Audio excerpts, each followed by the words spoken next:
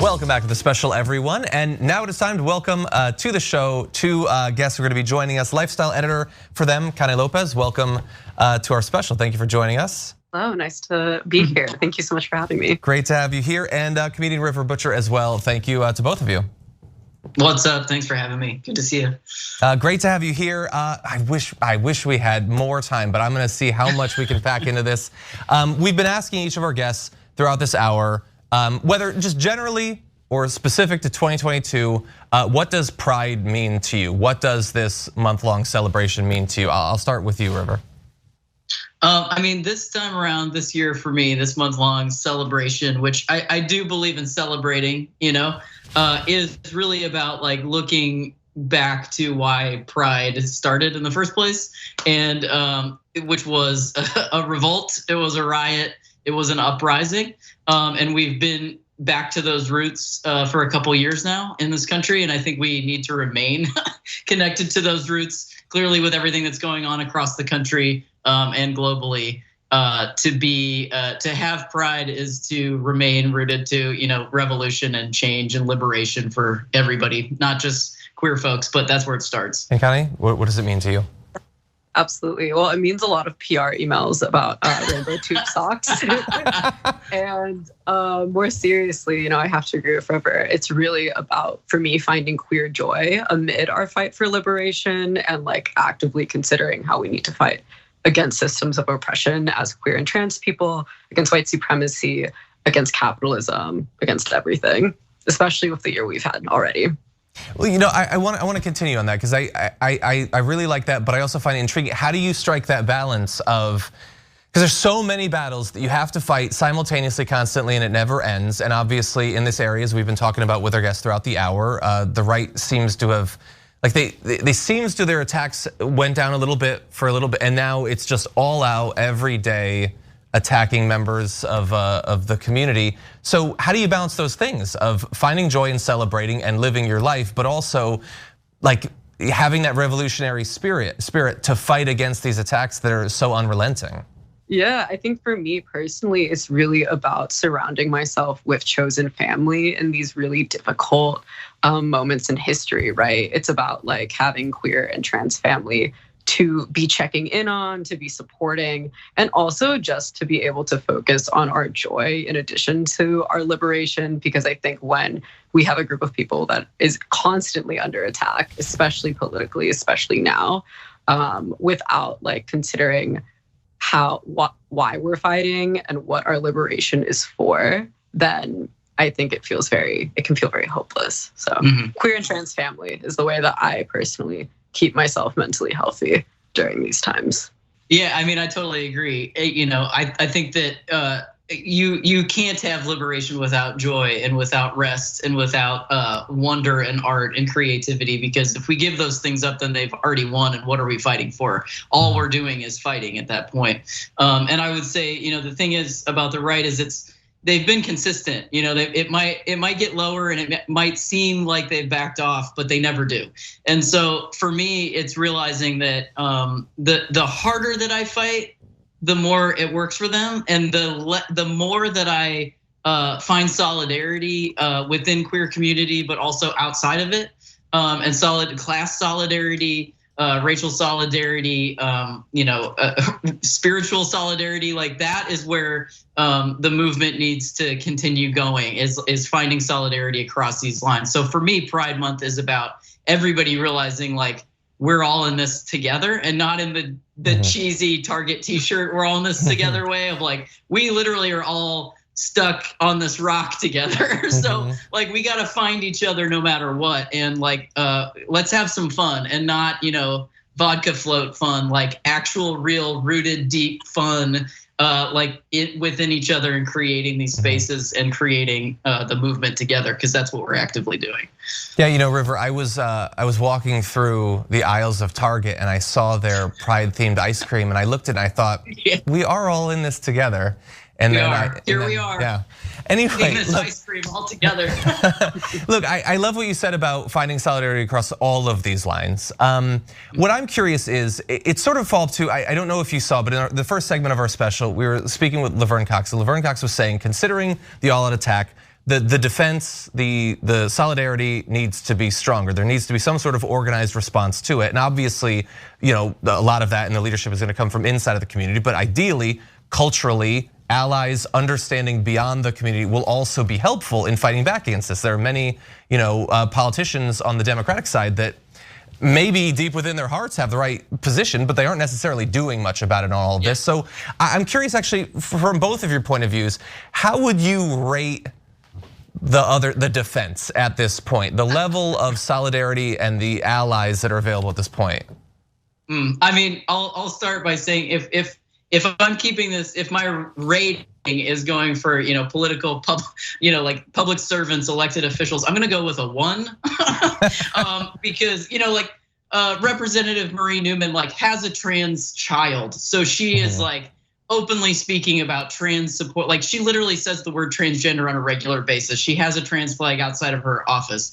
Can I name that many other politicians who are actively saying the word transgender when they are speaking up to these things? Not many. The literal word transgender does not come out of most people who would consider themselves to be allies' mouths. And that to me is incredibly important, because it is a lacking of political will to put your money where your mouth is and actually say, I care about transgender people because they are people. Because they're people just like you and me. This is not about love is love anymore. This is literally about human rights. And it's not that trans rights are human rights. It's human rights are human rights, and we're human beings. And so this is unconstitutional. And so I would ask for people to literally not be afraid to say the word transgender anymore, because I feel like people still are. They feel like it's, I don't know, some political football or bomb or something, that if they say it, then they're gonna have to defend their saying it. Just say it.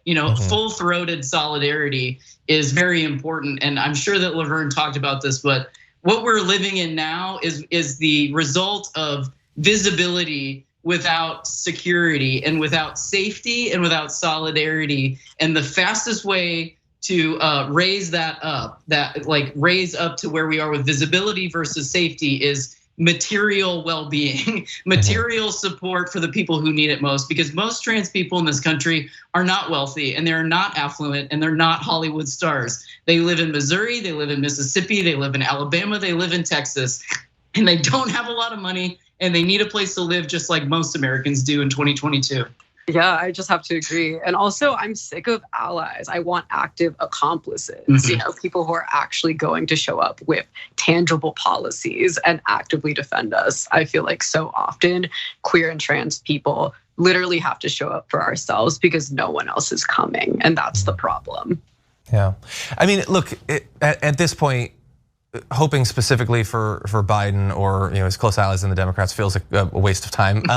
But in theory, let's say that he was watching and there was something that we could want him to step forward and do, since maybe he would punt on the Senate, he can't get anything done, but he could still pass executive orders. Is there anything that you think, especially in this moment, would be helpful, that either of you think would potentially help to push back against a little bit of what we're seeing? I mean, in terms of executive orders, can he pass universal health care with an executive order? Because I think, honestly, many of these laws are targeting transgender healthcare, and they're starting with kids. They found a perfect target with children, which is a sad thing to say, and it crosses all kinds of lines these days.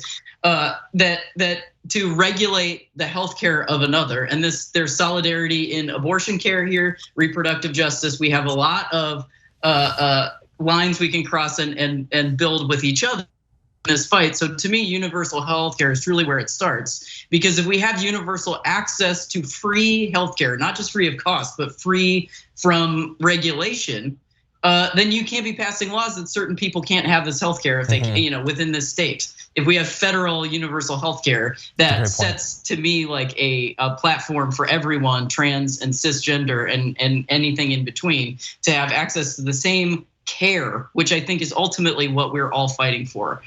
In addition to that, honestly, I have to agree. And also, I think that just having laws that protect what experts already say are the guidelines and standards of care for queer and trans children.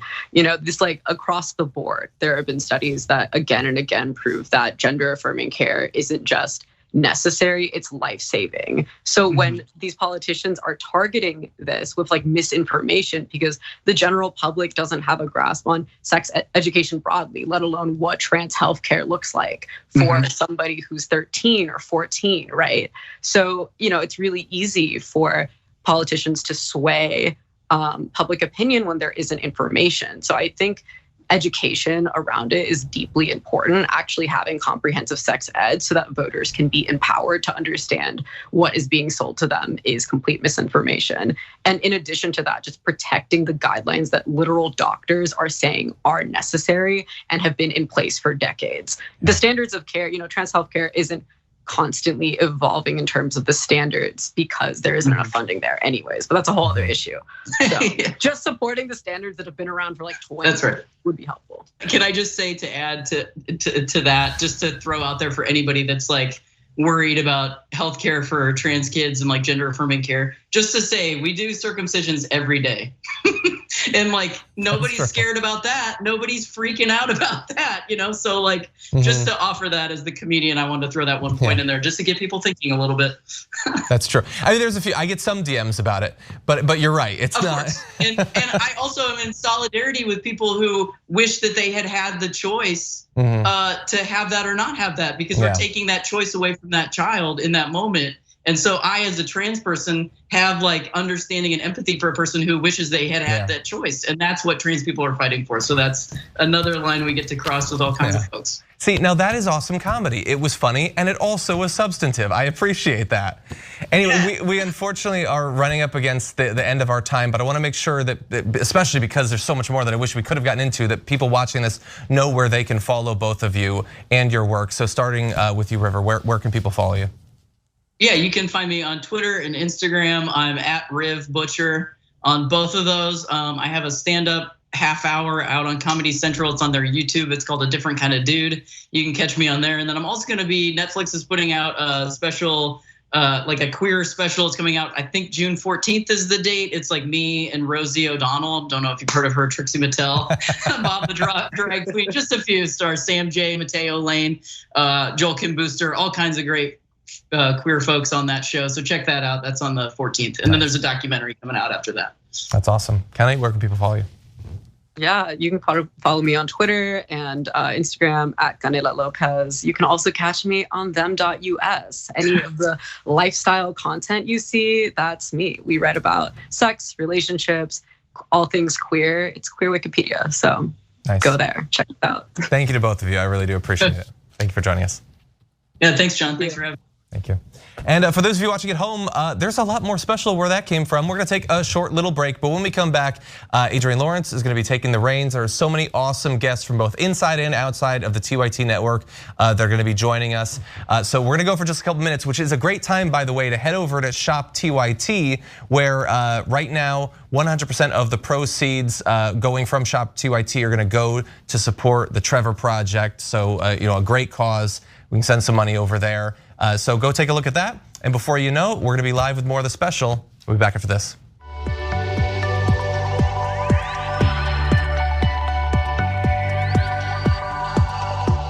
Thanks for listening to the full episode of The Young Turks. Support our work, listen ad-free, access members-only bonus content, and more by subscribing to Apple Podcasts at apple.co/TYT. I'm your host, Cenk Uygur, and I'll see you soon.